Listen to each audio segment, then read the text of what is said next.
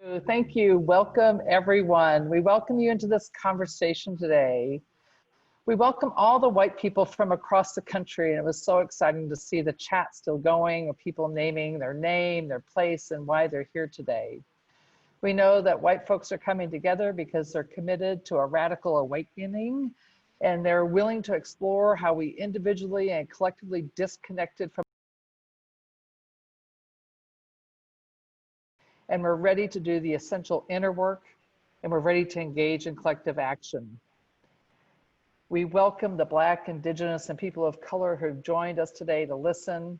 We welcome all of who you are and acknowledge the profound grief, pain, and anger with the role everyday white people, like myself and all of us in this conversation today, have been complicit in the violence suffered by Black, Indigenous, and people of color.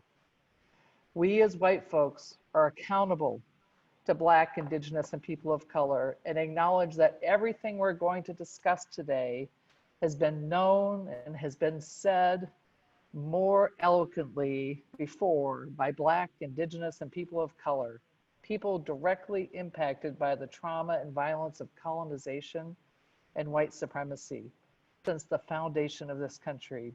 And this too is part of the problem.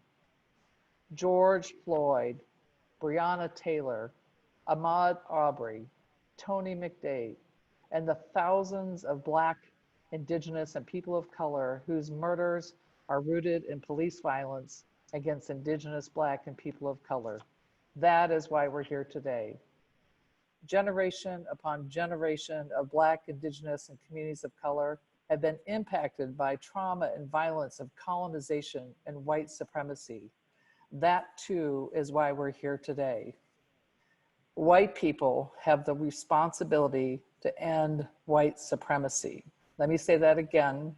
It is white people who have the responsibility to end white supremacy, and that is why we are here today.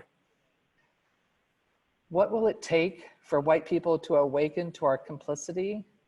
What will it take for white people to awaken to our responsibility to reconnect to our spirit and our humanity to end white supremacy?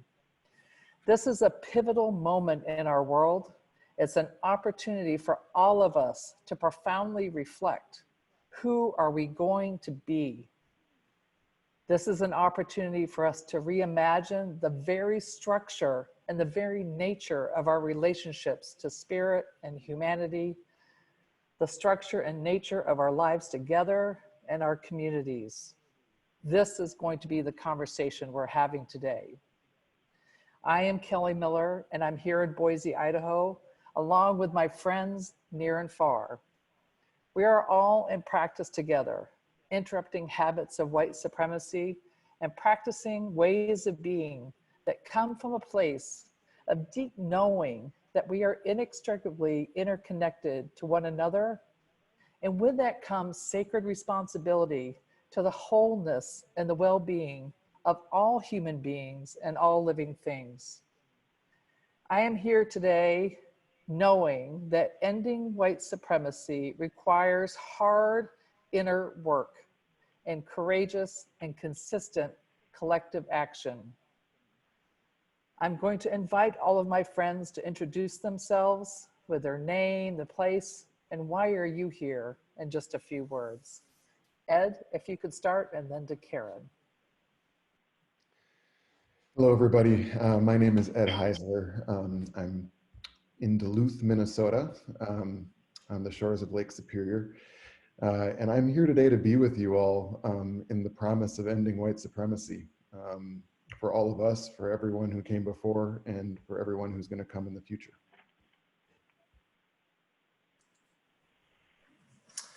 Hi, everybody. I'm Karen Tronsgard Scott. I'm just outside of Burlington, Vermont.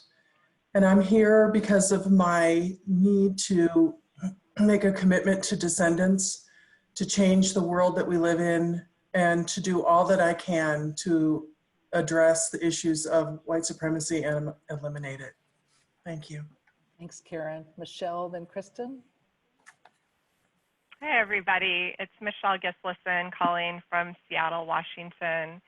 I'm here because when Black, brown, indigenous, trans leaders are centered and hold power, that's when we create a world where we all thrive, where we all live into liberation. And I'm here to be part of that. Thank you. And Kristen. Hi, everybody. I'm here in Oakland, California, and I am here for my son, for all the children I'm in relationship to, for the next generation, and for my ancestors and all of our ancestors. I am here to disrupt the violence that's been perpetuated through white supremacy and other forms of domination. And I'm here to figure out together with you all how to build a world that's rooted in love. Thank you all. I'm just very honored to be with everyone today. We want to acknowledge that this call is being hosted from the traditional indigenous lands of the Burns Paiute tribe, the Confederate tribe of Warm Springs, the Fort McDermott Paiute, Shoshone Paiute, and Shoshone Bannock. And we honor with deep gratitude the stewardship of the land through the generations. None of us are on this journey alone. We want to honor our brilliant spiritual teachers for their wisdom and their living questions, Roshi's Norma Wong, Rosie Abraham, and Reverend M.L. Daniel. We want to honor the learning from extraordinary Black, Indigenous, and Latinx women leaders across this country, where we've all learned the deep work that needs to happen around race equity and liberation and decolonization. Monica Dennis, Rachel Ibrahim, Heidi Lopez, Ana Perez, Christine Davidson, Alexis Flanagan, Tammy Johnson, Aisha Bain, Sarah Curtis, and so many more. At this point, I'd like to turn it over to Michelle, who just graciously agreed to be our moderator today. So thank you, Michelle, for being our host. Thanks for inviting me. I'm very happy to be in space with all of you. I just want to acknowledge that, you know, we had intended for this conversation to be a true conversation amongst all of us, and then 3,000 of you registered.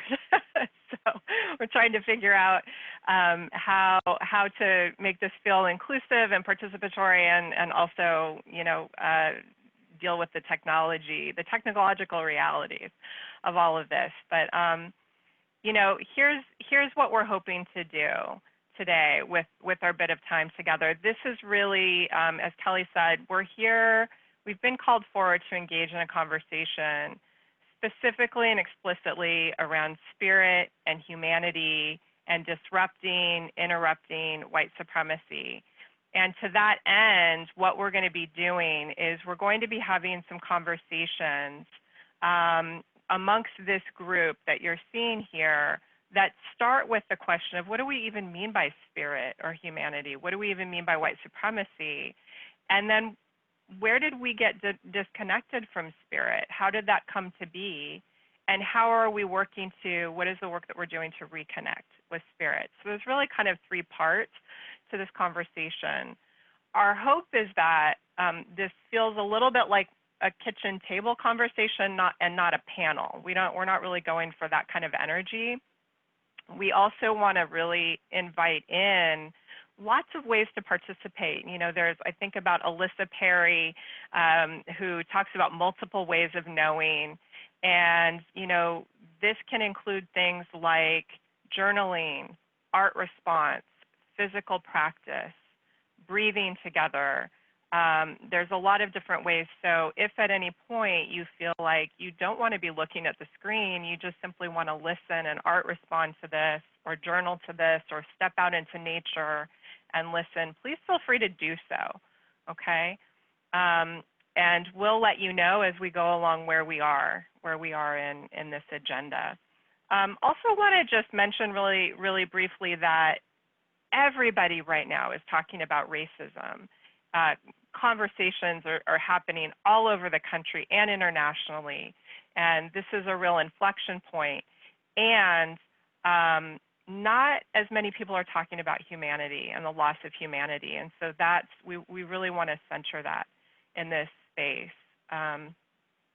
And folks on this call and in this conversation have been in deep practice together, and 3 areas of practice have really been focusing around, number 1, spirit and humanity, 2, racial equity and liberation, and 3, interrupting habits of white dominant, white supremacy culture.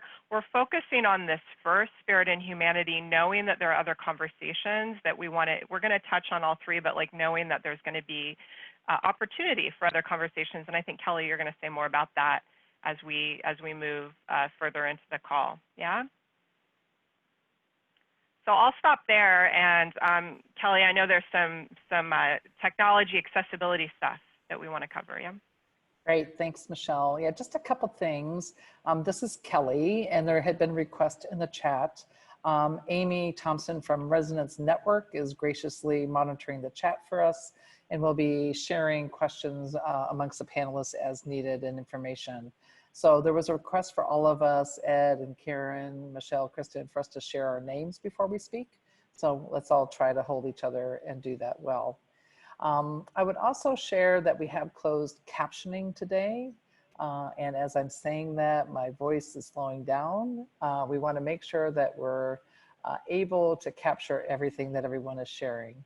I want to thank Lisa Stoyer, who is our closed captioner, as well as our ASL interpreters, Sierra Mulver and Sheila Robertson, who will be switching off today. So for both Sierra and Sheila, please just give us the message and we'll try to watch each other to make sure we're speaking at a rate that can be captured well.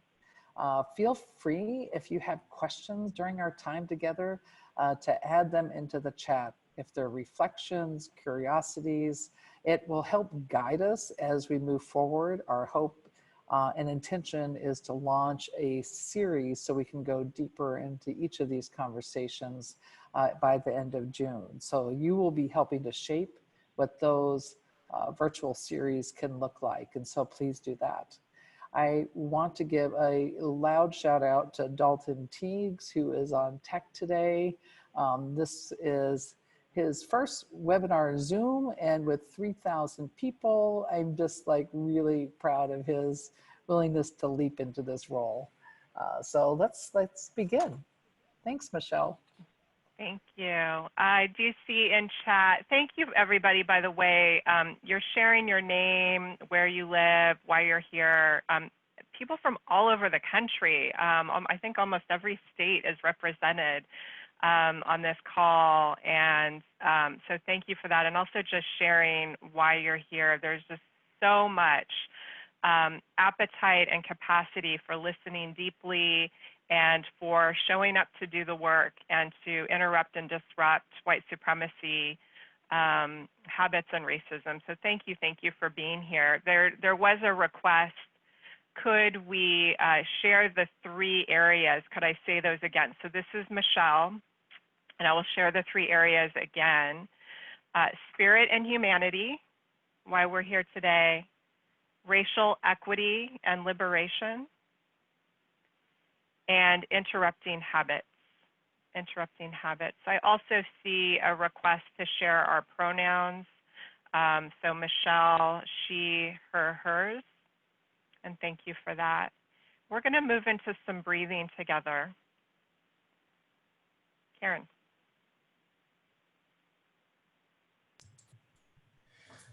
Hi, this is Karen. What an honor it is to offer an opportunity to breathe together. Breathing is an ancient practice that connects us to our ancestors. So to get us situated, I invite you to either stand up or stay seated, whatever's comfortable for you. But if it's possible for you to ground yourself by putting your feet on the ground, solidly on the ground, that's very helpful. It would also be helpful to recognize the land that you're standing on and you're connecting to. I'm here near Burlington, Vermont. I'm on the land of the Abenaki. Breathing is a physical practice. It slows us down and opens us up. It stretches our muscles and help us center our bodies and not necessarily our intellect. I encourage you as we go through this breathing exercise to do something that we're not often asked to do, which is to let your belly expand. Don't hold it in. Breathing is a community practice. With just a few breaths together, our hearts are going to sync up. And by the time we complete this exercise, our hearts, all 3,000 of us, or how many of us there are here, will be beating to the same beat. It's pretty remarkable. So what we're going to do is do a very simple breathing exercise. I encourage you to not worry about form. This is a breathing exercise. Think about your breath. Do what you can. If you're not able to do anything of the physical moves, that's fine. That's perfectly fine. What we'll do is we'll lift the energy up and over our heads as we breathe in, reaching to the sky, and then exhale and let go. Breathe out. We come back, breathe in, reach to the sky, and let go. Nice and slow, nice and low breathing. We'll do 3 of those, and then we'll do 3 more, and for those 3 more, we're gonna hum. Now, can you imagine the resonance of all of us humming? I think it's possible that the moon and the stars will hear us. I mean, I'm really interested to see if the cosmic energy would shift. So we'll do 6 altogether, 3 of them silently, 3 humming, and I will give you the prompt. All right, let's begin. Deep inhale, reach to the sky, and exhale.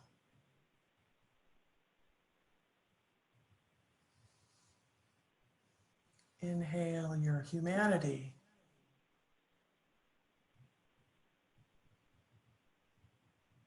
Deep exhale.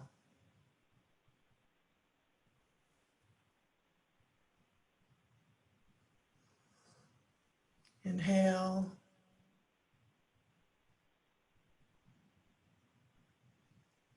Let it out.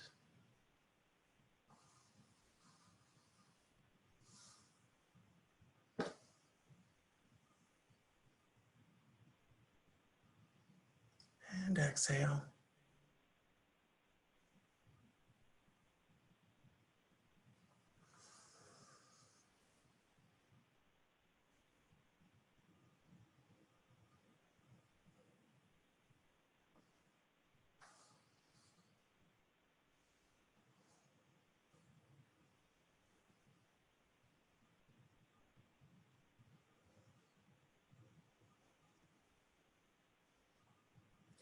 Now on an exhale, you'll hum. Inhale.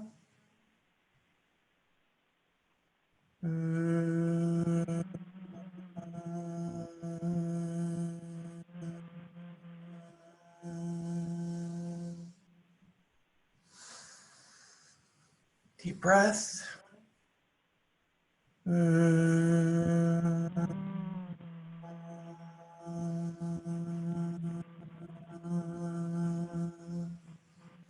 Inhale.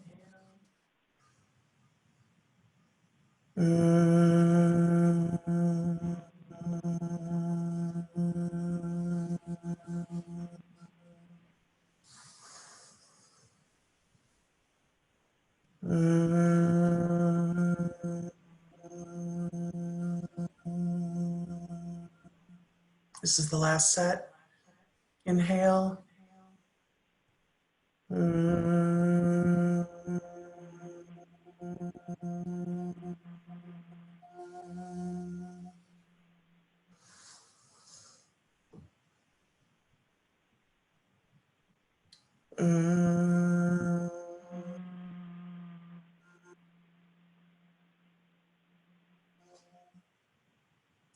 Thank you, everyone. Thank you, Karen. Yes, here's to shifting that cosmic energy. So this is a moment when I'm going to invite a couple of our friends here to step forward while others step back. Ed and Karen in particular. We're start one of several kitchen table conversations And I'm gonna, in a moment, ask Ed and Karen, you to share some thoughts, but I also want to ask everyone, the full group, to really reflect on this in many ways. Yeah. And as we were breathing, I was thinking about what that means, the breath, and I want to invite in a couple people whose words have been sitting with me lately. One is Ben Okri, who's a Nigerian novelist and poet who's been writing about George Floyd. And what Ben Okri shared was this: I can't breathe. These few words should become the mantra of oppression and spark the real change our world so deeply needs.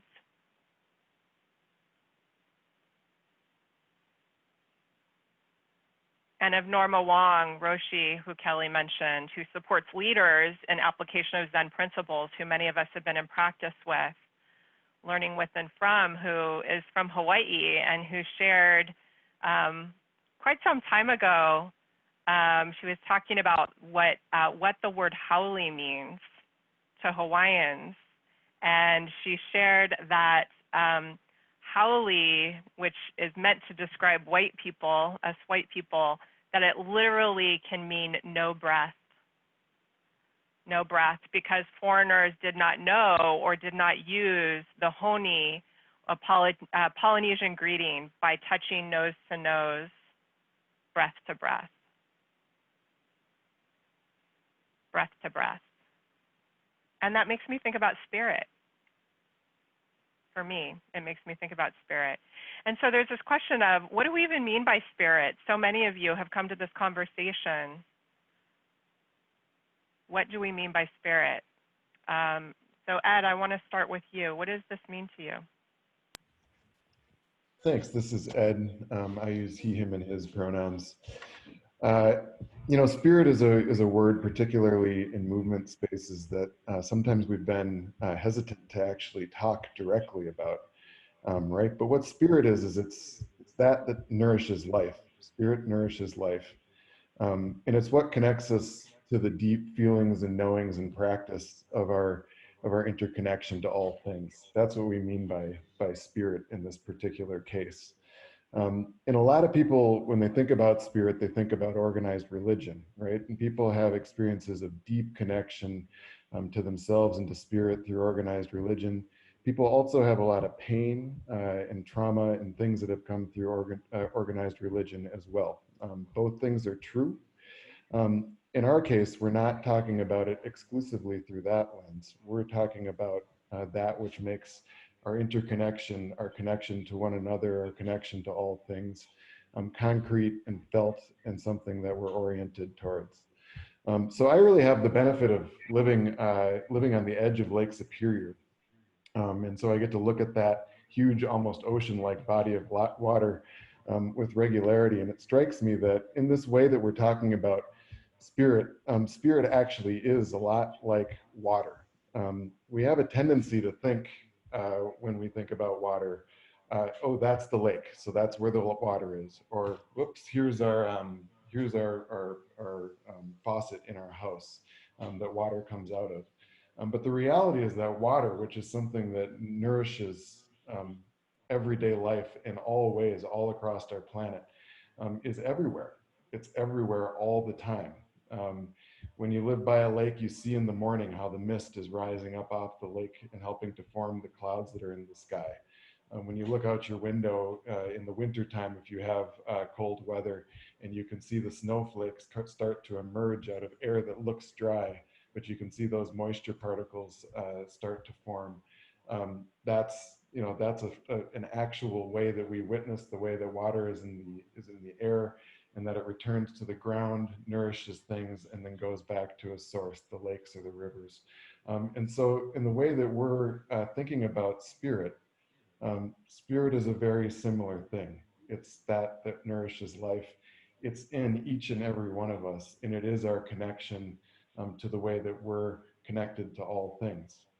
So in my experience and in this country, white supremacy is a system that is designed purposefully to make sure that resources and power flow from those people who aren't white to people who are white.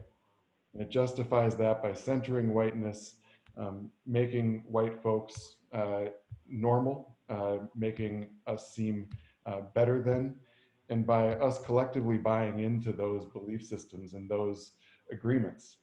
And it asks us, just in a way that it also asked our ancestors, to disconnect from the reality of our interconnection and our responsibility to one another. And even further, it asks us to disconnect from the reality of our essential goodness, the fact that we have things to contribute, we have a role to play with all of our might that would contribute to the well-being of all. So white supremacy is asking us to rely and believe that the individual is everything, as though a raindrop isn't connected to the rest of a water system, to the rivers, to the lakes, to the nourishing that happens on all of our grounds. So it's that individualism that is a breeding ground where violence and harm can come from. And our role, one of our responsibilities, part of what we have as a responsibility as white people in this country, is to remember and become reconnected to the way that that interconnection feels, to the spiritual connection that we have to all of the things around us. And it takes practice, but that practice can look like so many different things. It can look like an organized religion that people participate in, but it can also look like breathing together, like finding your resonance through the humming that Karen led us through. It can look like the expression of art and music. It can be the way that we exercise, any way that we actually feel, the way that the boundaries between who we are as individuals overlap and are actually a part of what exists around us, the other people, the other places, the other things that are around. And so that practice is a big part of our work, because what we're ultimately trying to do here, the spiritual work that we're responsible for, is being able to reconnect in a way where we can orient so that the way that we show up on a daily basis, the decisions that we're making, are oriented in a way that they contribute to the conditions of balance and equity and the collective thriving of all things, and ultimately undermine white supremacy as a system that dictates how we behave as a country. You have anything, Karen? Ed, you are such a poet. I really appreciate the vision of water and spirit and how you brought that all together. You know, I think about white supremacy as you know, it's this structure that we're born into. It's baked into our cells. We are almost immediately from birth, the indoctrination starts. And the thing about white supremacy is that it is a structure, as Ed said, it's an extractive individualist structure you know, assets and breath are extracted from people of color in our world for the benefit of people who are white. It manifests itself in all of us, regardless of our race, which, by the way, is a false construct. There's no reality to race except for how race is used to impact people in our country and in our world. But white supremacy work is a system and a structure that requires white people to separate ourselves from our own humanity and spirit, so we can live separately from the humanity and spirit of others. And that separation is the gap into which genocide slips. It requires us to be complicit with acts of racism, and including genocide.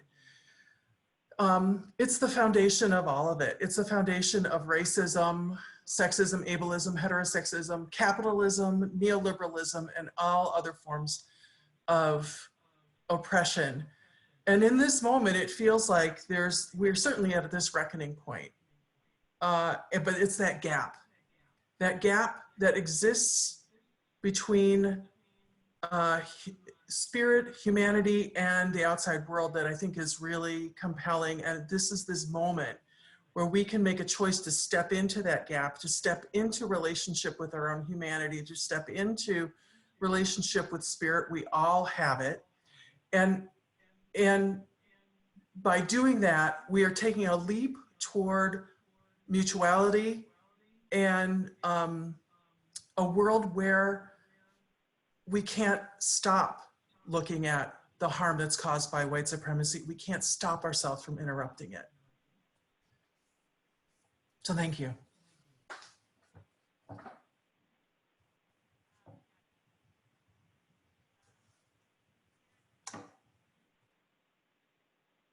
Muted. Oh, I was muted. I apologize.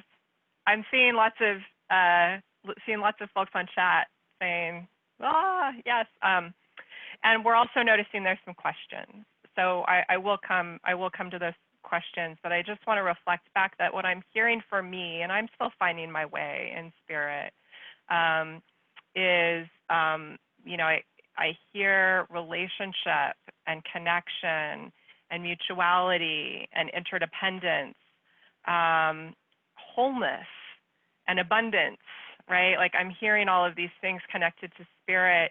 And then the white supremacy that is about disconnection, that is about individualism, that is about scarcity and not enoughness, right? Which so many of us have been steeped in for so long. And so just really noticing those two sides of this coin. Thank you for that. Some questions came through, Karen and Ed, and so before we move on, I do want to touch on at least a couple of them. So one is just asking about the cultural context by which you're talking about spirit, and so I want to name that that many of you on this call are very likely engaged in some form of spiritual practice. And it can be inside or outside of tradition. We know that there's a lot of work, that really powerful work that's happening in Jewish, Christian, Buddhist, Muslim, Sikh, and other traditions to address racism and injustice. And then that some of us friends on this call have been in practice together. So Ed and Karen, can you say just a little bit about how you came to be in practice with some folks in this group, and what some of that background is? Just a little bit. Well, I can start, Ed, and you jump in if that's okay. Many of us came together through a national leadership program called Move to End Violence. And some of us were in a group of people that one night we were called into a circle by our dear friend ML Daniel to ask the question, is violence the inevitable result of loss of spirit? I think ML tells the story. She thought maybe one or two people would join her, and everybody who was present at that meeting came to the conversation. And we've been talking about that ever since. And we've had the great privilege of being in many different practice settings together with many other people, and with an open stance. So for folks that wish to be in practice space, that's certainly the stance is open to that. Ed, do you want to add anything to that? No, I'm glad you started that story with the way that ML had pulled folks together, and just a reality that, like, for me in particular, that was a point in time when I was trying to understand my own racism, white supremacy, things like that, through a lot of reading, through a lot of materials, and was kind of trying to check a bunch of boxes to understand how to address white supremacy. And so the gift of learning to be in relationship and practice with one another a variety of different spiritual practices, breathing, Tai Chi, things like that, has been a huge gift in addition to the learning and all the knowledge that we need to pick up to understand how to undermine white supremacy as well. Thank you. So I hear some Zen, Buddhism, I hear some Christianity, I hear, and also being in space with other folks, yeah? Yeah, thank you. There are some questions about saying more about white supremacy and how it has led us away from our humanity. We're going there, absolutely. And I do want to lift up. There's a beautiful quote from Paulo Freire in chat. Paulo Freire states that in order to oppress, the oppressors need to dehumanize the oppressed, but in so doing, the oppressors dehumanize themselves. We are all dehumanized, even unknowingly. Thank you for sharing that, Michael. Thank you for that. I want to pause for just a moment, invite people to come back to their breath and also to this question of, what does spirit mean for you? We all have different cultural contexts. We have different cultural lenses. So the way that I think of spirit might be different than the way you do. So what does that mean for you? So this is an invitation into some either some individual reflection. If you're calling in as part of a group, maybe turn to one another and have a conversation. This might be art response, but we'll do this for just a few minutes and then we're going to move forward.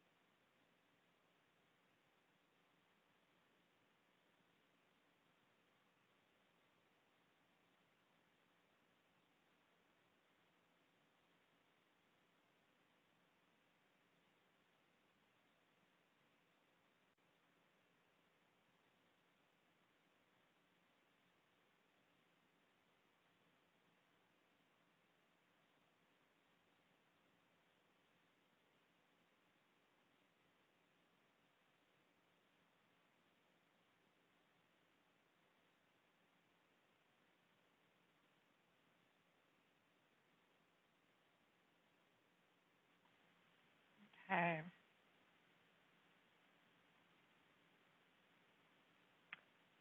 So as someone who has been invited to moderate the space and who is also part of the practice, I do want to share, I'm going to share a little bit, and I've been asked by my friends to share a little bit of myself as well. So here's part of what spirit means to me. I'm not, I don't participate in organized religion, and I grew up in nature. I'm wearing a bracelet right now that it looks like blueberries, and my little 7-year-old kiddo got it for me. And in the summertime, we go blueberry picking, and we talk about honorable harvest. And I learned about honorable harvest from Robin Wall Kimmerer, who, among many things, has written Braiding Sweetgrass, which is a beautiful book. We'll put it in chat. And she talks about honorable harvest, and there are things like always ask permission and listen for the answer. Never take the first, never take the last. Share everything you take, or use everything you take and share, and share. And I'm teaching my kiddo about these practices. And it's part of my, I realized in listening to all of you that it's part of my spiritual practice. And I never actually named it that. So thank you. So thank you for that. We'll continue to come back to questions that are coming through. Thank you for those. And we do want to move us forward. So if spirit is what we've all been talking about, and if the absence or alienation from spirit makes violence possible, the next question, and this is for Karen and for Kristen, how have you found yourself disconnected from spirit? And if you can, how have you either benefited from white supremacy, or how has it fueled white supremacy? Thanks, Michelle. This is Karen. I'm a Midwesterner, so I'm going to tell a story in response to this question. So I'm part of this community of Black, Indigenous, and white people, and we're doing this, we're practicing together and learning together. And a couple of years ago, we were together, and there was a conflict that arose between the Black and Indigenous members of our group. And we spent the day working through the conflict, and the work was being, the lift was being done by the Black and Indigenous people, and white people, we were witnessing and watching these conversations. And I watched people who I love deeply pour their hearts out to each other. They took risks, they showed vulnerability, and I watched it all happen. And I sat in a place of wonder during this day, thinking about everything that I was seeing and witnessing and watching, and wondering why I could not connect to it.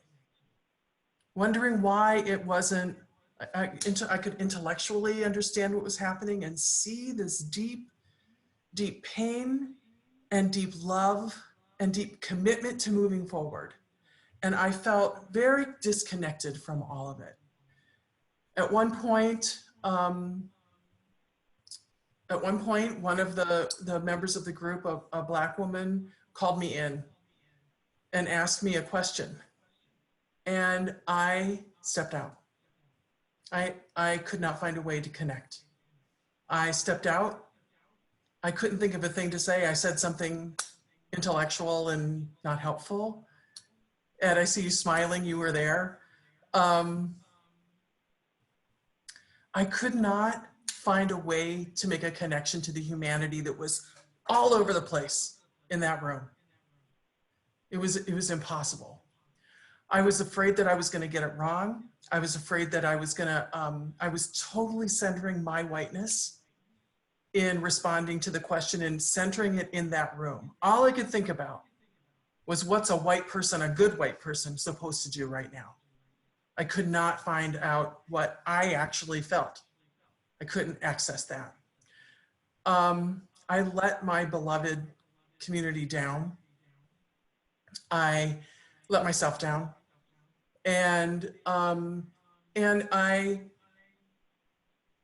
continue to struggle with that gap between my spirit and my humanity and the spirit and humanity of people that I care deeply about. And I get to do that with very little consequence because of my whiteness.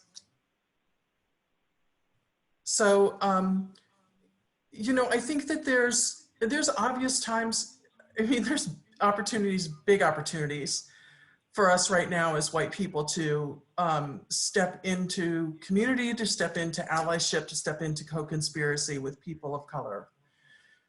But I actually think that for me anyway, it's important for me to know that I can't actually do those big things until I can step into beloved relationship, co-conspiracy, allyship, during those moments when everybody's emotions and hearts are sitting out in the open.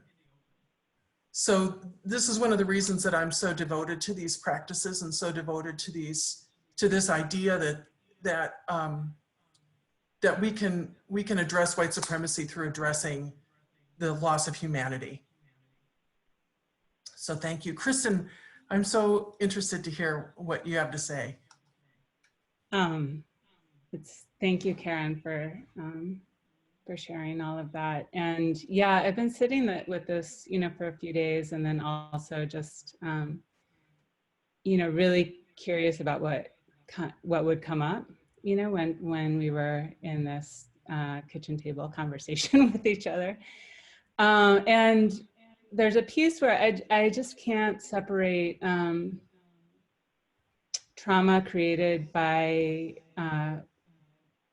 white supremacy and economic trauma and trauma on our bodies and, sexual trauma. So I feel like, and I started asking my question, like, where did it start? Like, where did it start for me? Like, where did it start in my family? Where did it start in my peoples? And it's almost like an unanswerable question.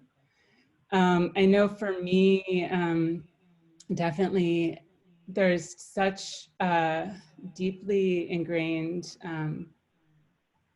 both the sense of like not enoughness, but then also like this sort of sense of individual responsibility that I got like for saving my family and for some of the intergenerational trauma that was playing out there. And bringing that, so it's like the individual and the trauma response, and then entering spaces where I'm like, okay, it's up to me. I need to control this. I need to fix it. I need to have the plan. I have to do it by myself. And, there's a lot of good work to be involved in and feeling responsible for things, right? There's a lot of good racial justice work to be part of, but there's something about the combination of feeling alone in it, feeling cut off from all other people, like white folks, and just, in a lot of ways, my friends of color, where I didn't even realize that I was perpetuating a level of trauma in that, right? And there's a very particular moment when I was traveling, with my ex-partner, where like we were in a situation that totally activated my own sense of danger and safety. And I immediately went into the space of being cut off from her and trying to save us. And it was one of the most damaging moments in our whole relationship. We're still like beloved to each other. We're still family to each other. And that's still something we're processing together. But when I think about my family, also, I think this is a long journey, but there's a way I feel like it's just been in the last few years where I've done enough work where I finally was able to see what happened with my family, coming from, we came from Scotland and then through Ireland and also from Germany. And we came right at the moment to this, and there was 400 years of war, which I hadn't really realized. A lot of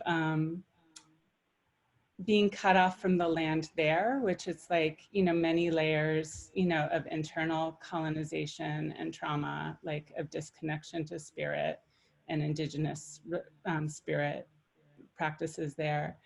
We were part of the colonizing project in Northern Europe, and then we landed in Pennsylvania on the frontier, basically. And so really,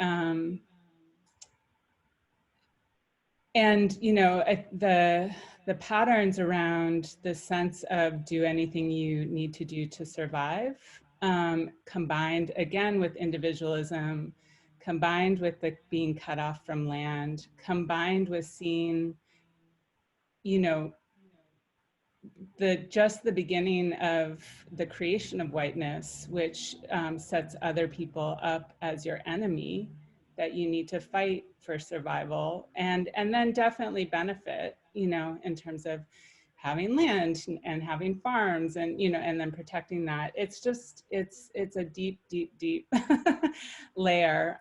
So for me, it's been important to both hold sort of what happened maybe personally and in a smaller microcosm, and then some sense of what's happened for my peoples. And then, you know, who my peoples are going forward. And to me, my peoples are much bigger than my bloodline. And so shifting to that, yeah.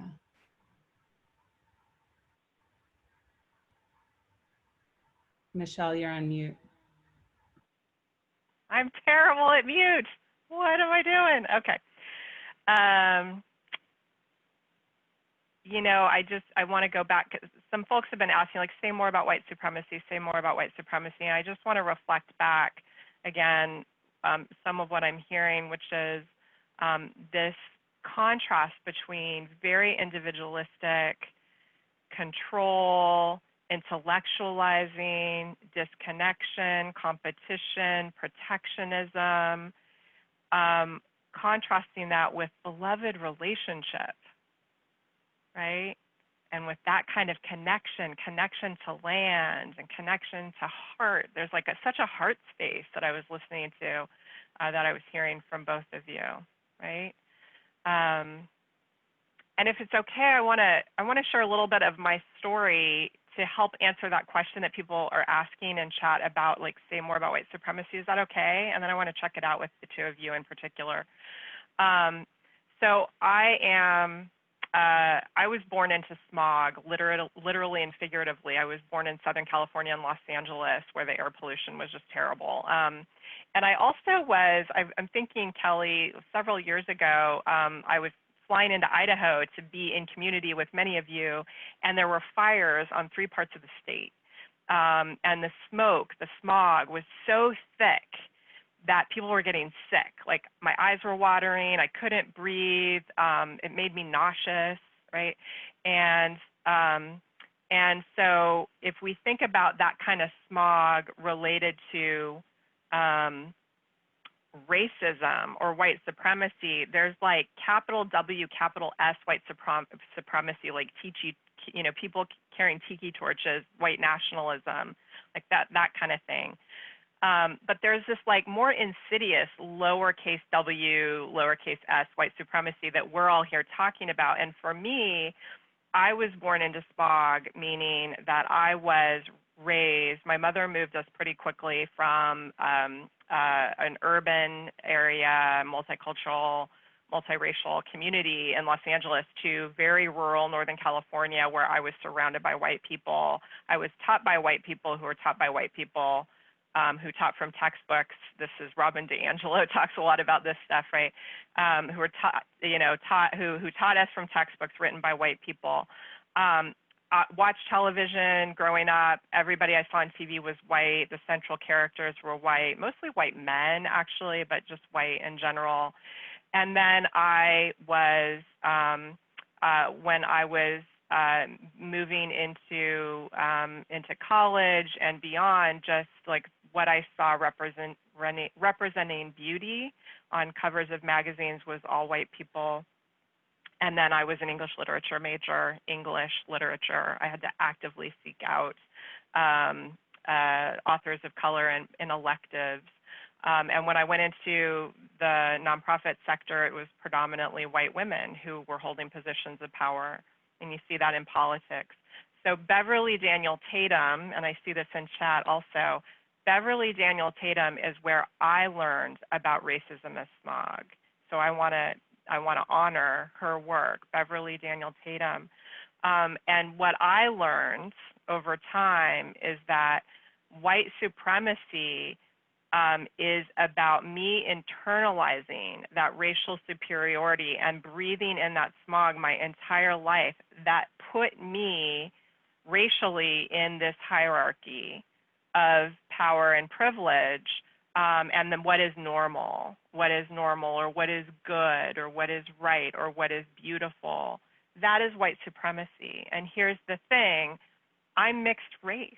I was raised by my mother who's Mexican and Native American, and I disconnected from so much of that community and that collective because whiteness, even without me knowing it, whiteness was what I was seeing as the good. So I lost out. I became disconnected from my humanity by being disconnected from my people, my ancestry, from my land, from place. And I want to offer that to the group, hopefully as another way of sharing what white supremacy might be and how it manifests, and then ask Karen and Kristen anything that you would add to that, to just like, let's help continue to crystallize, like, what do we mean by white supremacy?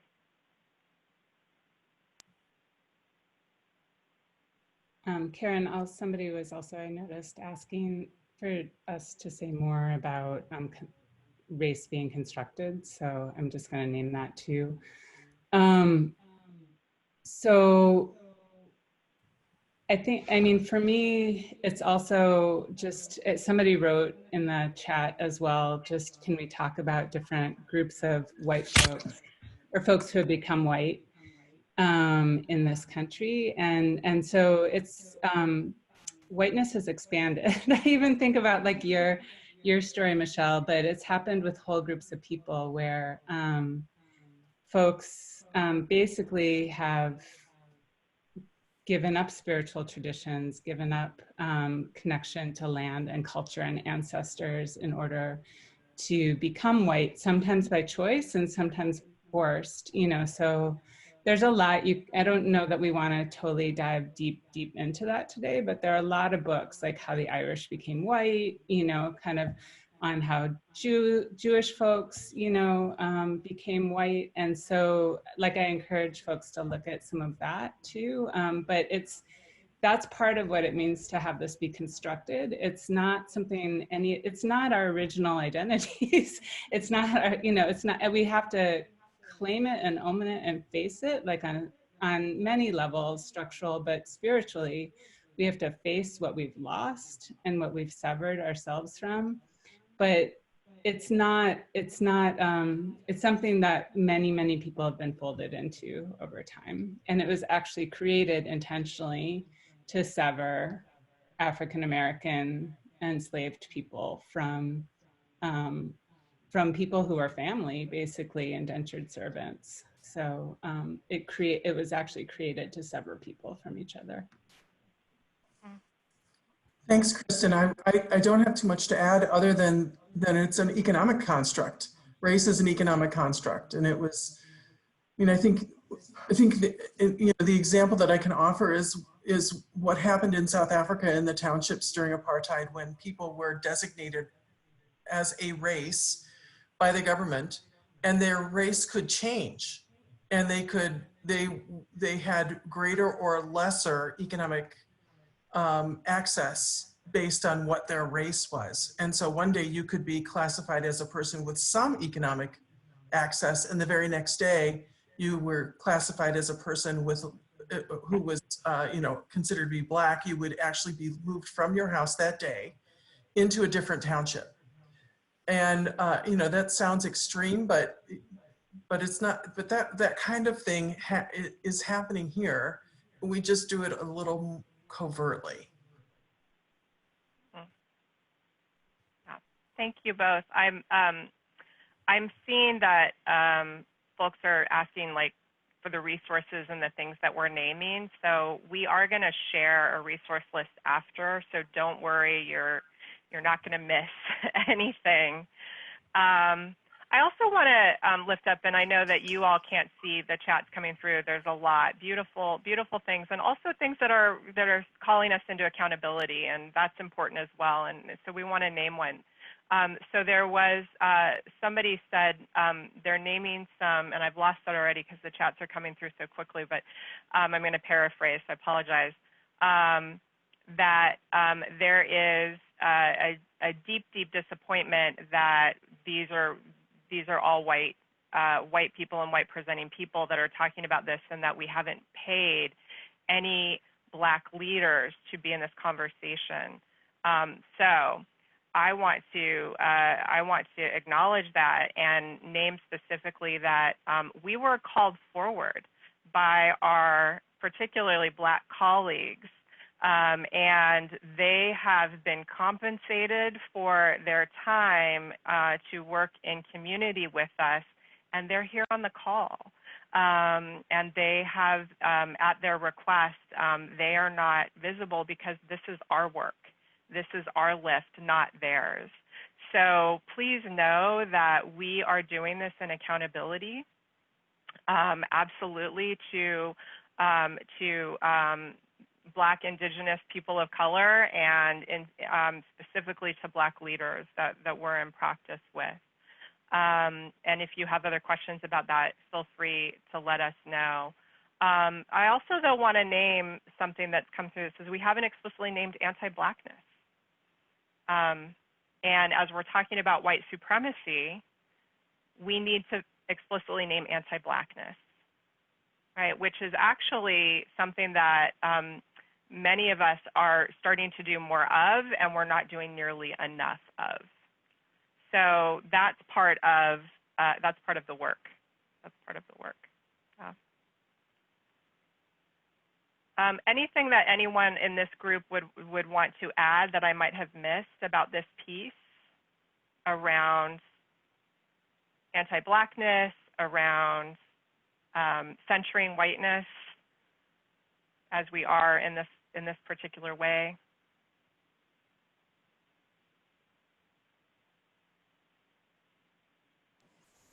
The only thing I would add, Michelle, is that in the resource list, we're going to give you a number of writings that I mentioned in our first opening statement. So much of what we've said is from the learnings and teachings of so many extraordinary Black, Indigenous, and women of color in particular, like Monica Dennis and Ana Perez. And so we'll be sharing all that with everyone. I mean, and absolutely, we really strongly encourage folks to do their own work and their own journey in their families and communities, and compensate Black, Indigenous, and folks of color in doing this work around race, equity, and liberation. That is so, so important. Okay. Thanks, Kelly. There's a couple questions before we move on about what do we mean by anti-Blackness. So I'll just make an offering, which is anti-Blackness is the interpersonal, institutional, and structural attacks and oppression of people who are Black, who self-identify or are identified as Black. So that's an offering of anti-Blackness. Yeah. I do want to move us forward into this next question, because we talked a little bit about disconnection from spirit. And I want us to talk about reconnection and what that means. And also name that there's a bunch of questions coming through about can we address implicit bias? And so again, just a reminder that there's 3 areas of practice. One is around spirit and humanity.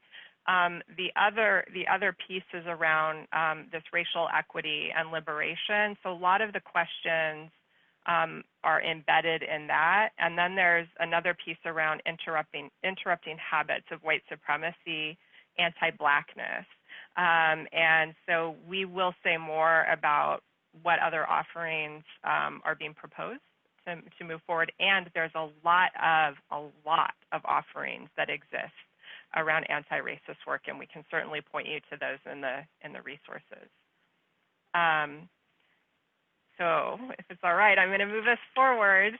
And so this next piece is around reconnection to spirit and humanity. And so this is, I want to ask Kristen for you to kind of carry this through, and then also Ed and Kelly for you to join in.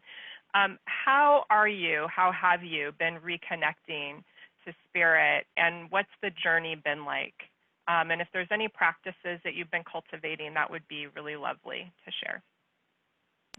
Sure, and Ed and Kelly, I'm hoping we can do this like riffing off of each other. So for me, part of the reconnection happened. So my son is biracial, my family's multiracial, and there was a point in his early life where I think I had already started meditating. I think my partner and I maybe started meditating, around 9/11. She was a deeper practitioner, and that was a little bit of a turning point for me. I feel like I kind of came out of this like more having this I don't know like staunch activist kind of stance where I was a little bit suspicious of spirituality. But there was this moment in time, both after 9/11 and then when my son was really young, where we had a few family traumas happen. And things were kind of breaking down for him, in school. And, given who he is, given who like the circle of like almost all the children in my circle are multiracial. And so just like given watching him break down, there was a certain point where I'm like, the most important thing, like it doesn't matter, like all the other things don't matter. The most important thing as his parent and as his community is to preserve his spirit. Like everything else is worthless if his spirit is broken.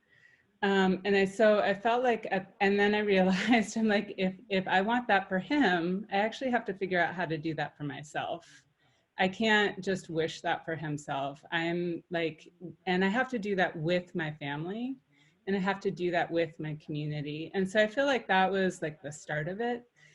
And then, I think there were other layers, like layers of confronting this feeling of not enoughness, that would be, kind of prevent me from getting to the next level of intimacy with my friends, with the people I worked with doing, which, has actually always like been racial justice, but like in those settings, there was a limitation to how intimate I could get with people until I was really ready to both get to a deeper sense of like, again, I don't need to do it all on my own, so get to a place of, you might call it vulnerability. I think of it more as openness, and openness to being part of instead of being an individual. So I feel like, and so some of the practices have been formal, like meditation, Tai Chi in a community, and other layers have been actually like, how do you make a spiritual community, an actual community, and not just, a group of people who come together and do, meditation, like what does it actually mean to create a community together? And then that spills out into my larger community. And so, but I think the other piece that's been really essential for me is connection to land and the land that I'm in right now. So having a really actually deep commitment to getting to know, and be reciprocal with the land here where I'm living now, and which includes, gardening, but to me, it's actually being out in natural environments that's most critical.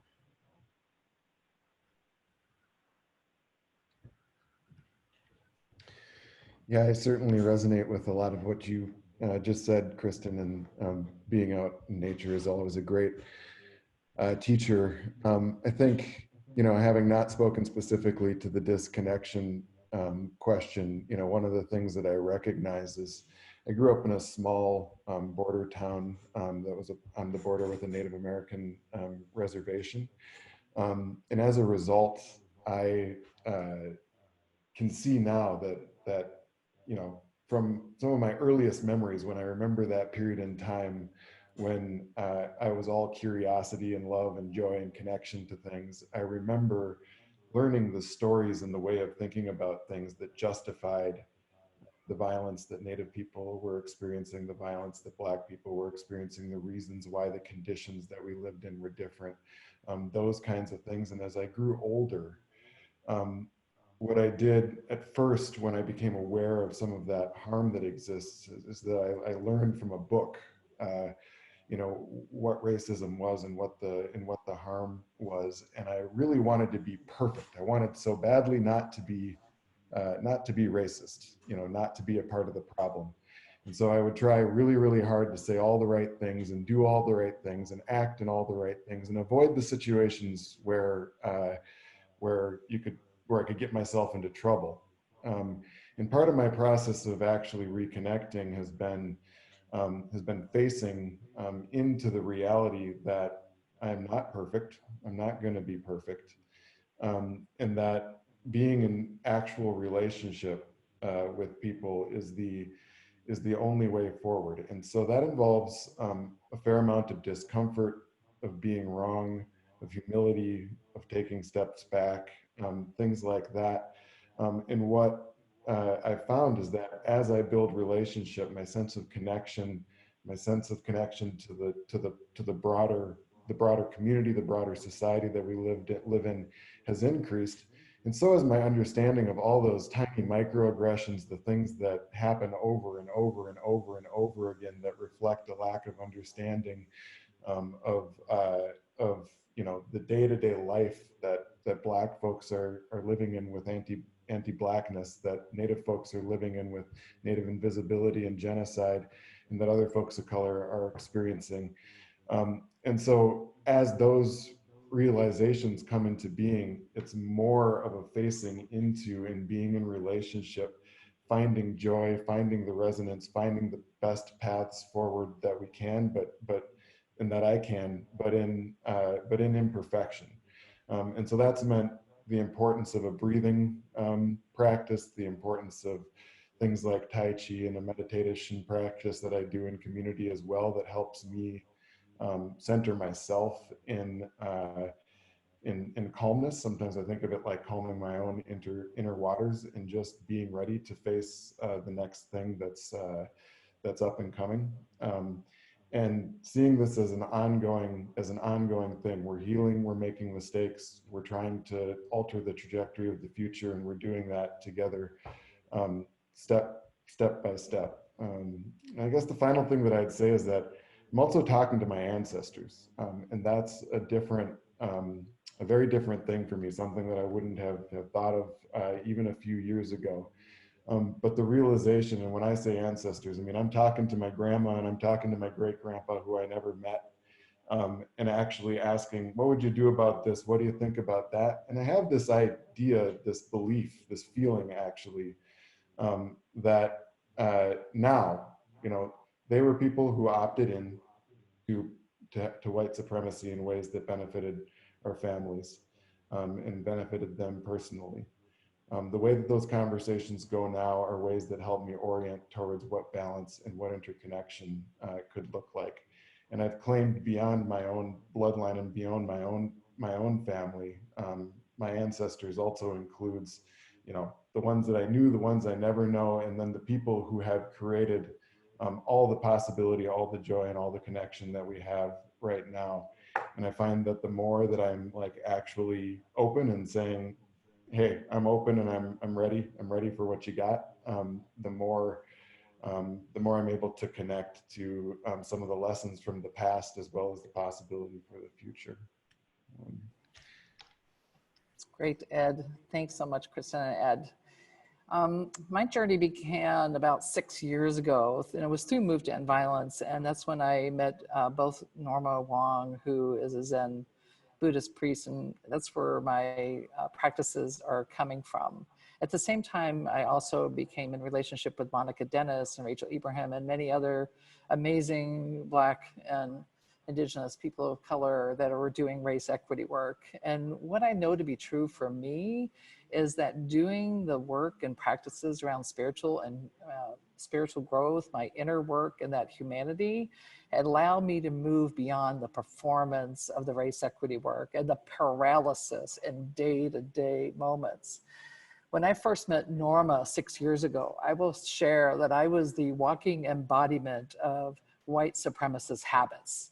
All of it, the perfection, the urgency, the value of the written word, the either or thinking instead of, you know, the third way, very binary thinking, the hoarding of power, the busyness, the idea of quality over quantity. I mean, as if I was a machine.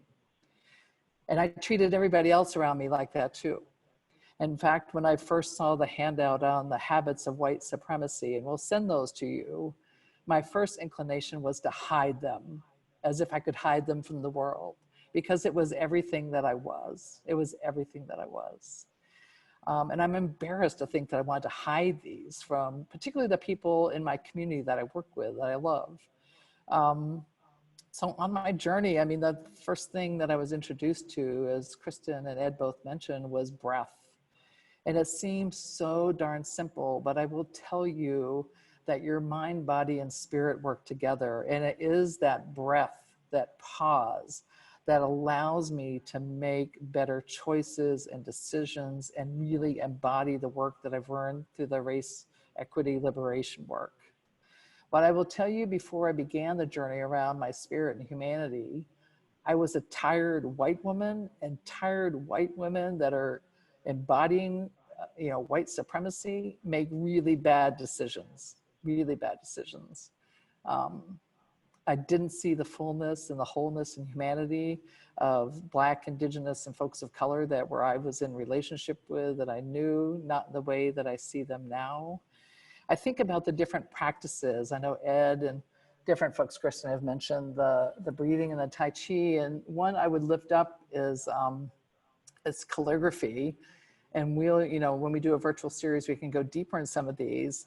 And the purpose of these are experiential. It's like to learn something through your body that you couldn't learn intellectually. And the first time I did calligraphy, or the shodo, and similar to one on the back wall there, not that good. I did one that was big. Like I went all in. I was like, just really like thinking about the, you know, what I was doing. I did a really large character. Then afterwards, the person that was caring for the brush turned to me and said, "Look at the brush." And the brush was so messed up, so messed up. And I wept off and on for that entire day, because that brush and the collateral damage that I did represented the collateral damage I was doing throughout my life, So while it was one practice and one day, that totally shifted me. It's like the experience, it's the inner work, it's the peace that has allowed me to stay in rooms. And I will tell you, I had many moments when I was really immersed in race equity liberation work. And for everybody on this phone call today, this webinar, know that this is a lifelong journey, that it's like, you know, the immersing yourself in books and documentaries. I love reading poetry by Black and Indigenous folks. It's a way to learn without being extractive. And there are just so many different amazing trainers around the country that you can also access. But before I was doing the spiritual work and I started to really get everything I was learning from the race equity work, I was in a space in Florida, and it was an incredible training that was put on by some amazing leaders. And it was like after day 2 of really getting immersed in the impact, the tremendous impact of anti-blackness, of white supremacy, I actually fled.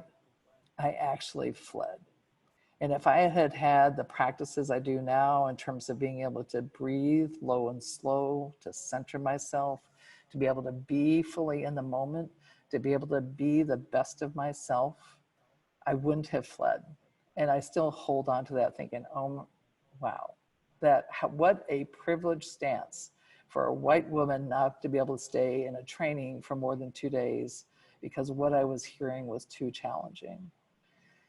So I really look to the work around practices. And for me, the practices look like, what can I do to be more fully aware and fully conscious each and every moment of the day?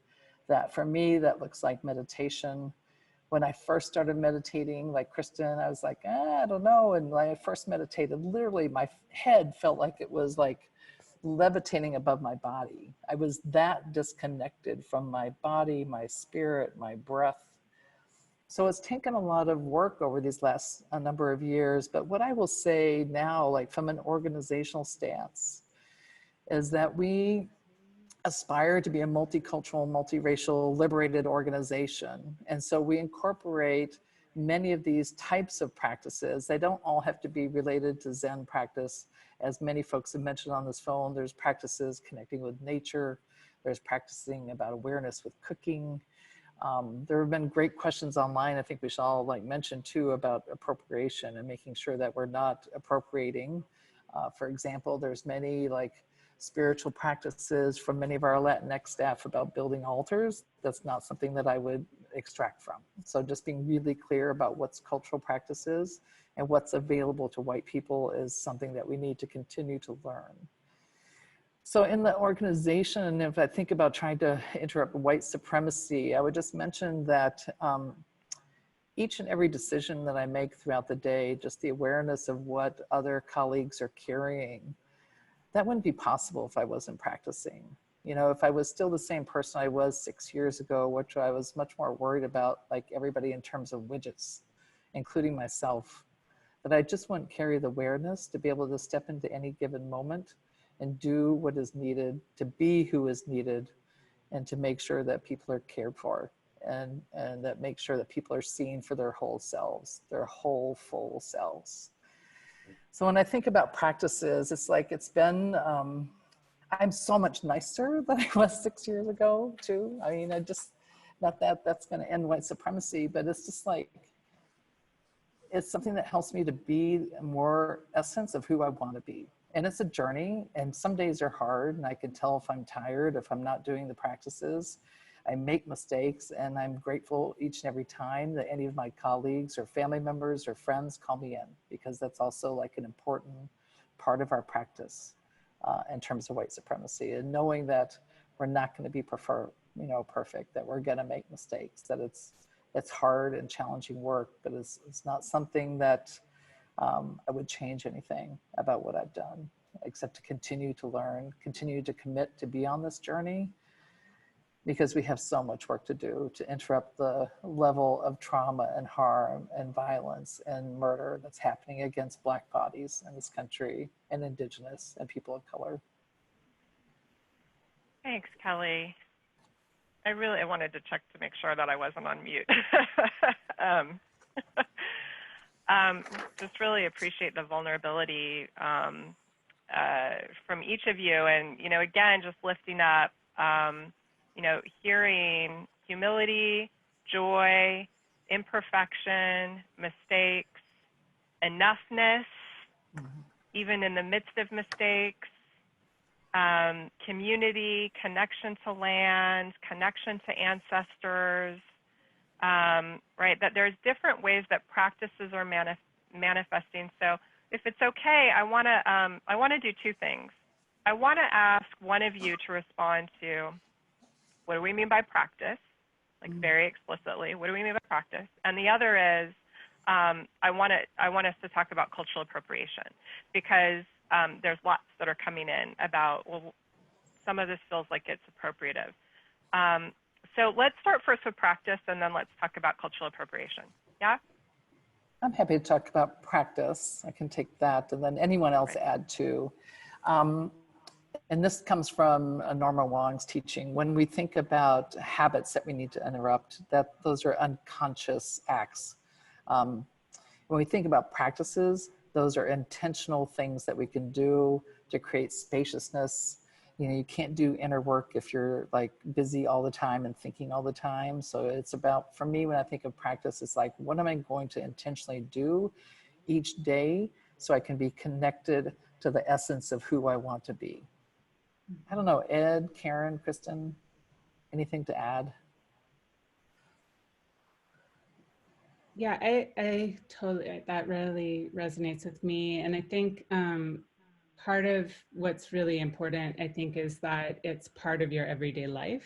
So it's not like this thing that you do over here on like one day a week, and then you go over and you're, you know, this other person the other 6 days of the week. It's really about, there might be things you do to really intensely figure that out in your body, like how do I have a more open stance, or how do I really sit with discomfort. So there might be intensive formal things that might be practices, but really for me, what's important is then how do I take that into every single part of my life and have consciousness. So to me, it's about like, how do I be conscious in as many moments in my life as I can be, in a way that's open and joyful and brave, and about being in relationship. Thanks for that. Thank you. So then, therefore, let's talk about what a culturally appropriating a practice might be. And so I want to offer that the way that I think about appropriation is, if a practice, if I claim a practice for myself without explicit permission from, so I'm from a dominant group, right? I have white skin privilege. So if I, from a dominant group, claim a practice for myself from an oppressed group without explicit permission, without compensation of some form, and without connection and relationship to that group, right? Meaning my ongoing work and connection and relationship to them. That is appropriation. So I just want to check that with you all, and then see like what, because I certainly have an understanding of like what the relationship with, for example, Norma Wong and Monica Dennis is, but I do want to, yeah, who wants to talk a little bit about that?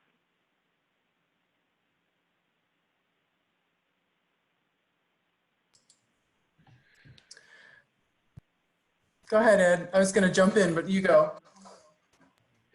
Well, maybe we can both tag team it, but I would say that that definitely resonates with my understanding. One thing about shared spiritual practice is that spiritual practices are practices, things that connect us to our collective humanity, are things that we can do individually, but the importance of how they're anchored in community like can't be overstated, and the connection to the places where those practices come from through community is of central importance, or at the very least, the permission to utilize them in community in the place where you are at. I think that that's a great and central point, Michelle. I think the other part that I would speak to is the way that we practice individually. Then you heard Kelly and Kristen talking about how like whatever spiritual practices, whether it comes from organized religion, whether it's the way that you are in nature, whether it's your cooking practice, these things are things that we try to extrapolate, like pull out through our lives in as deep and connected a way as possible. And there isn't one way to do that, right? So part of the work is to actually be in relationship with practice in a way where what you are doing because of its relationship to your understanding of yourself, who you are as an essential being, and how that connects to the things around you, and then you're connecting that to the broader community of people that we're with. So for me, part of what was important was disconnecting myself from the perfectionism, or the sense, first of all, that all of the organized religion that I had been attached to was worthless and bad because of some of the harmful things that I had seen, and figuring out what actually fit and what was actually useful. And then secondly, understanding that I actually, that connecting to myself, the beings that are around me, nature, other people, is something that I actually have a responsibility to do as a white person. That the fact that other cultural groups, marginalized folks, other cultures have remained more intact and more connected to those practices is something that can be learned from, but it's really our work and our role to reconnect to those in our own ways as well. Good. Any other offering from the group?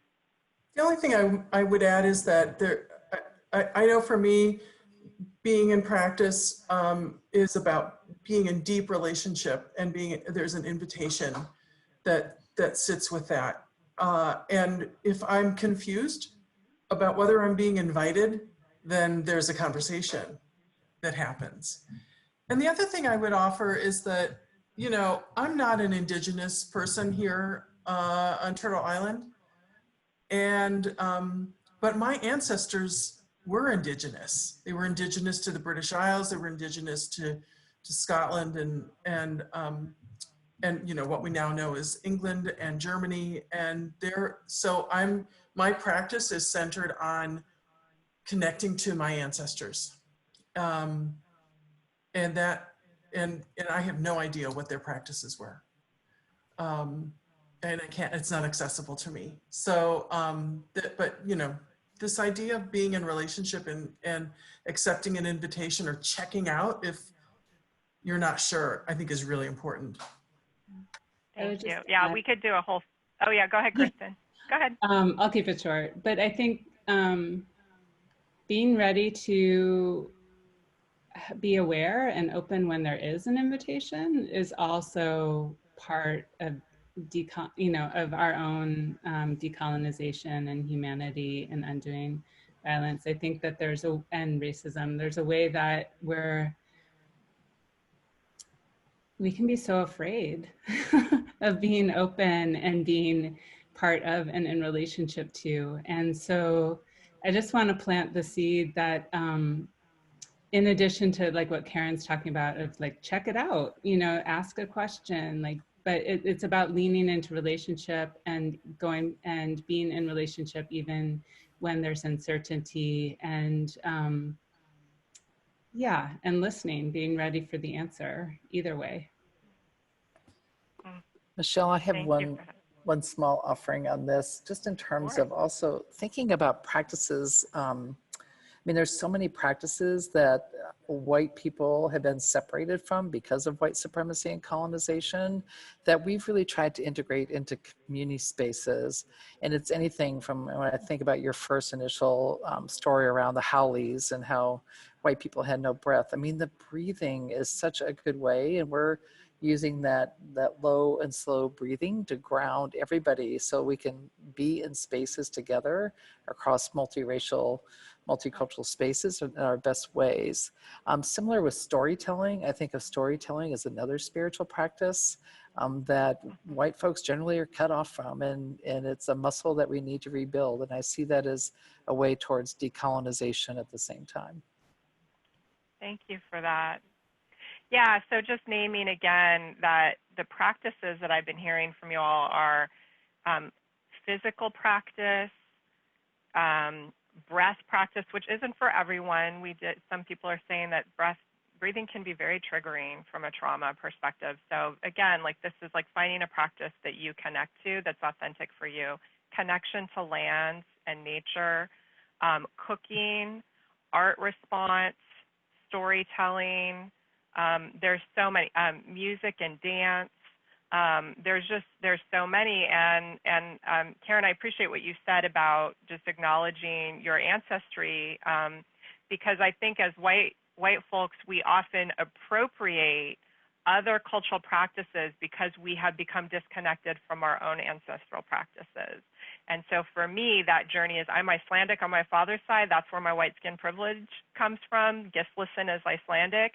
For the first time in my 50 years, I went to Iceland this last year, and I stood on that soil, and I am connecting more deeply to Nordic culture as a way for me to connect to practice, right? So that's work for all of us. Like, how do we connect to core?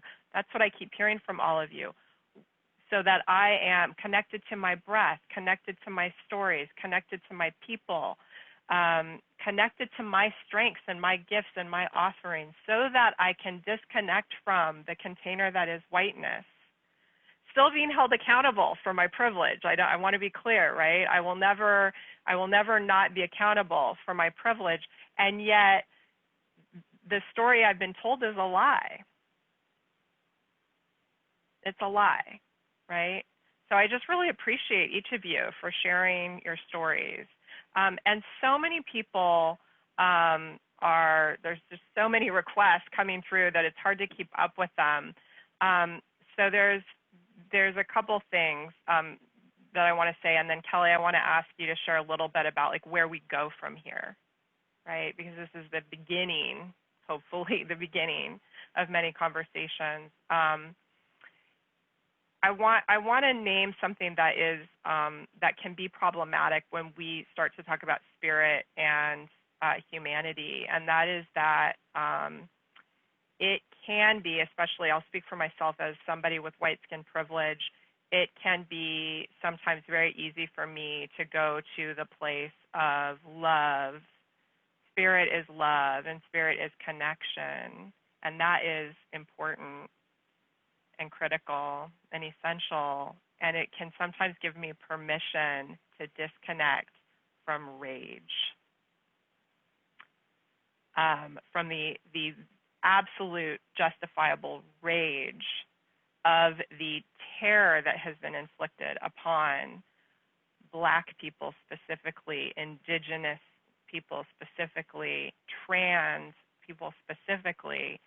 And so spiritual bypassing, which is saying, oh, I'm connected to spirit, good vibes only, let's all love each other, that's not what we're talking about. Okay, and somebody just put in chat, spiritual love is unconditional and accepts rage. Thank you, Heidi. It's a both and. It's a both and, right? Even Alicia Garza from Black Lives Matter did 2 magazine covers years ago. One where she had hands up, justifiable rage, hands up, don't shoot, I can't breathe, and really raising up the absolute truth of violence against Black people. And the other cover was her in community with the Black Lives Matter group, arms around each other, hugging each other, absolute love. Absolute rage and absolute love. We can hold both. We need to. We need to. So I just want to offer that up,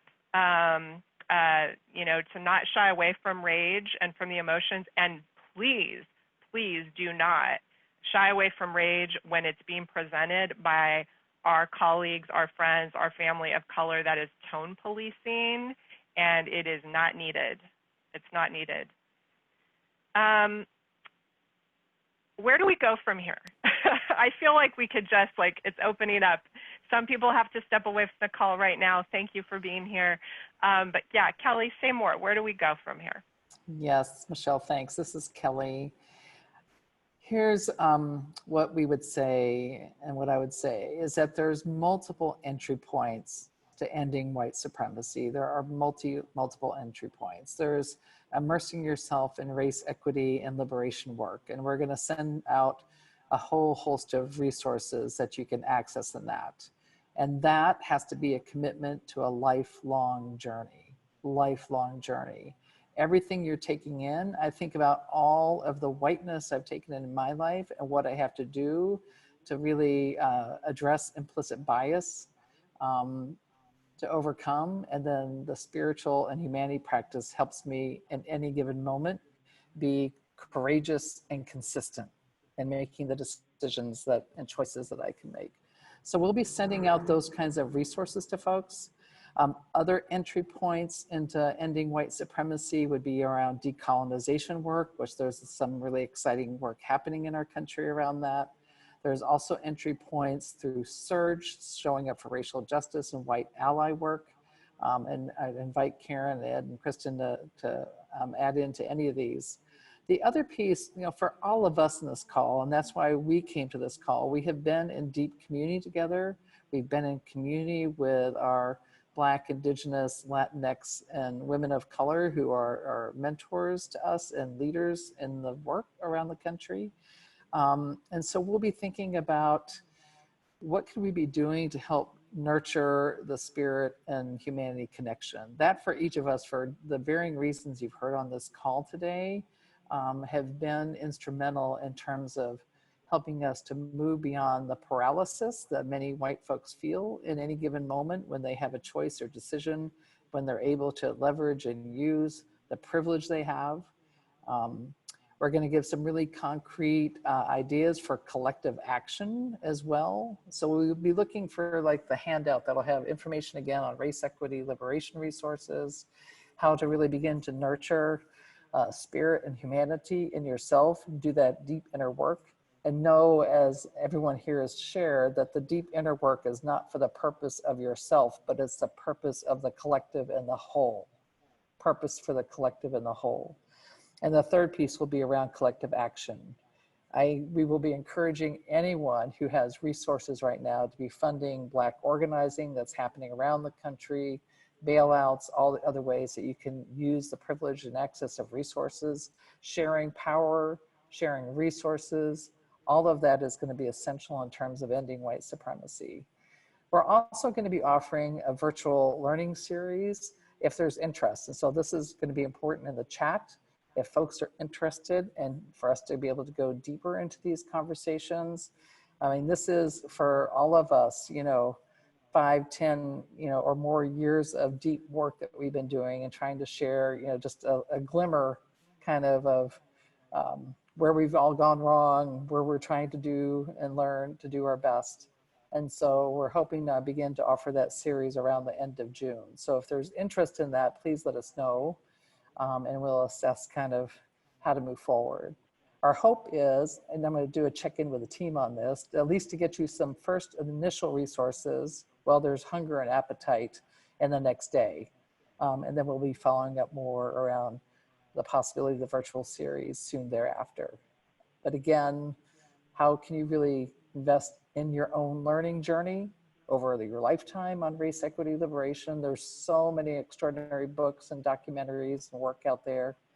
How can you nurture and cultivate the spirit and humanity in yourself, the purpose of the whole, and what's the collective action that you can take right now?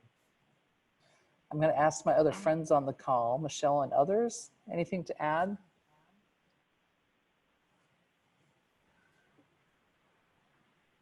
Let's do, let's Kristen. Yeah, Kristen, Karen, Ed. Yeah. Well, first, I just want to express gratitude for being in this circle together. And I feel like I've learned and I continue to learn from each and every one of you and our friends who are on the call with us. And I want to plant the seed and invite people to think about this work needs to happen in each and every corner, and we each hold up a piece of the sky. So you don't have to think about it happens in like, yes, marches are great or, actions are great, but like really think about like, what are the corners of your life where this could actually make a real difference? How could it make a difference in your family? How could it make a difference in the relationships you have with people when you walk down the street? What does it mean for the decisions that you actually have power over? And how can you bring your best self and your spirit to all of those places and your commitment to a future for all of us, and especially for our Indigenous friends and Black friends. Karen. Well, I want to echo that gratitude. It's been such an honor and a privilege to be on this call today with all of you who we can see, all of you who are here with us who we can't see, and everybody who has contributed to this incredible chat, all the questions, all the suggestions, all the sharing. I know that not everybody can see the chat, but we've been watching it, and it's been pretty remarkable. I'm deeply grateful for everybody who called in today. And the thing I guess that's on my mind right now is the reality, at least of my experience, and that is the knowledge that our liberation is tied together. it's almost cliche, but it is absolutely true that there's a relationship between my liberation and everyone else's liberation. And it's a reason to keep moving forward. I really appreciate what you had to say, Kelly, about a lifelong experience and about, the other thing I guess that I'm thinking about, and I'm talking really slow, fast, I'm sorry about that. The other thing I'm thinking about is where we are today in relationship to 7 generations before and 7 generations to come. 7 generations ago was probably around 1880. And so think about, your American history of what was happening here and in the world in 1880. I fully believe, and this is an indigenous idea, a Native American idea, but I ascribe to it, that we are dealing with what we're dealing with today, what we are experiencing today started, the genesis was 7 generations ago. And so we have choices today about what we want to activate 7 generations going forward. Thank you. Thanks, Karen. Ed.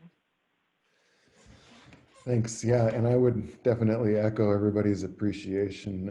It is such a gift to be in community with the folks who are at this conversation, and then the opportunity to connect with this large group of folks, largely white folks, who see this moment that we're in as an opportunity to create leaps forward in change and transformation.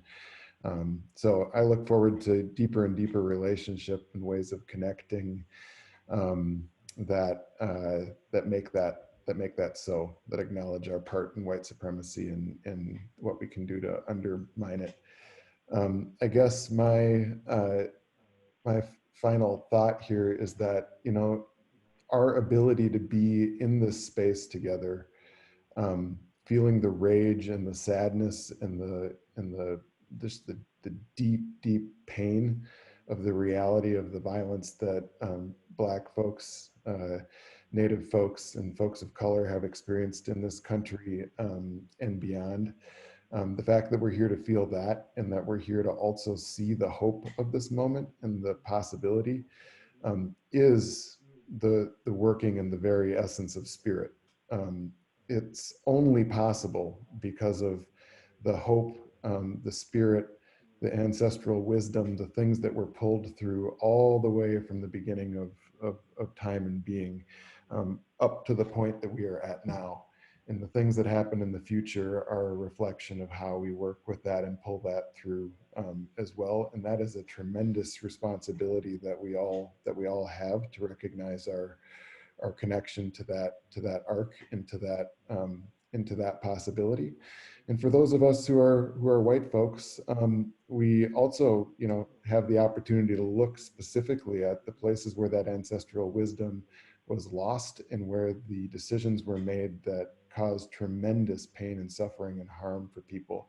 And the opportunity to do both of those things at once is beautiful, and is something that I hope we get to practice together for a long time to come with. So thank you. Thanks, Ed. Yeah, I'm hearing a lot around choice, around obligation, and around opportunity. And we are going to be sending out resources, and there are calls to action in there. Thank you, Kelly. And in this moment, I want to explicitly name some calls to action for this group. Okay, no need to wait. No need to wait for the resources, right? So in this moment, the Movement for Black Lives, if you haven't gone to see about their call to action, please go. The Movement for Black Lives, specifically around defunding the police. If you're not sure what defunding the police means, please look into it and do some research. Give to the Black Visions Collective directly. Move money. Move money to the National Bailout Fund. Those of us who cannot protest and be in the streets, we can help support those people who are and who are being arrested. Okay? Our humanity is tied up together in this. Support women of color in your community to get elected into office. Amplify and credit messages from Black, Indigenous, people of color in your community. Social media is messy and noisy and cluttered right now. Amplify those messages. We don't need to hear from more white people unless we're interrupting and disrupting. That's my personal my personal request. And also look at fairfight.com and the work of Stacey Abrams to ensure that voters are protected. This is an election year. All of these things can be helpful. So lots of other resources coming in on chat. We will look at those and move those forward. And thank you, Dalton, for sharing the links to the Movement for Black Lives and for Black Visions, the Black Visions Collective. Thank you again, Dalton Teagues, for holding this technology down. Thank you so much. Thank you to Sheila Robertson and Sierra McIver again for your ASL interpretation during our time together, and to Andrea, who has been holding down the closed captioning. Thank you, Kelly. Thank you, Ed. Thank you, Karen. Thank you, Kristen, for being in space and community. And thank you to the 3,000 people who came and showed up for this. Kelly, and then let's go to a closing breath. Just one moment. We had some changes. So it was Ashley Camp that was helping us with ASL instead of Sheila, which is great. And Lisa Stoyer was also helping with closed captioning. So I just wanted to make sure it's all good. We all can help hold the space together. So thank you to everybody. And Michelle, I just want to give a shout out to you. I mean, it was just about a little over a week and a half ago that our friends called us in to do this. And Michelle was so graceful to say yes, she would help hold as a host and moderator for today's kitchen table talk. Thank you. Love you guys, love you. Let's come back and connect to breath for just a moment. Karen, are you willing to take us back into just a brief closing breath? I certainly am. And I'm thinking about how to do this. So again, let's center ourselves, straighten our spines, put our feet on the ground. And I think what we should do is take a couple deep breaths and let them go with a good sigh. So let's clear ourselves out. I'm going to stand up or else I will injure myself. So I think so we'll take a deep breath as we have before, reach to the sky, but instead of a slow exhale, we're going to go,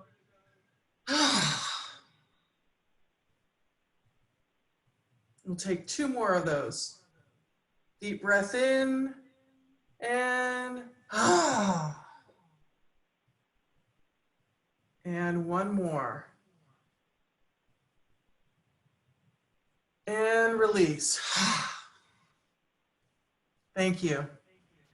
One more moment of gratitude to Amy Thompson from Resonance Network. Did an extraordinary job with chat today. If you haven't heard about Resonance Network, I encourage you to check that out. That's another way to be engaged with community that is invested in interrupting and ending white supremacy. So thank you, Amy. Thank you so much, Amy. Want to close, want to bring back the words of Ben Okri, who I mentioned at the beginning, and I'll put this in chat as well. Maybe I can't breathe will begin the real change that our world so desperately needs. Let's all breathe. Freedom. Thank you all so much.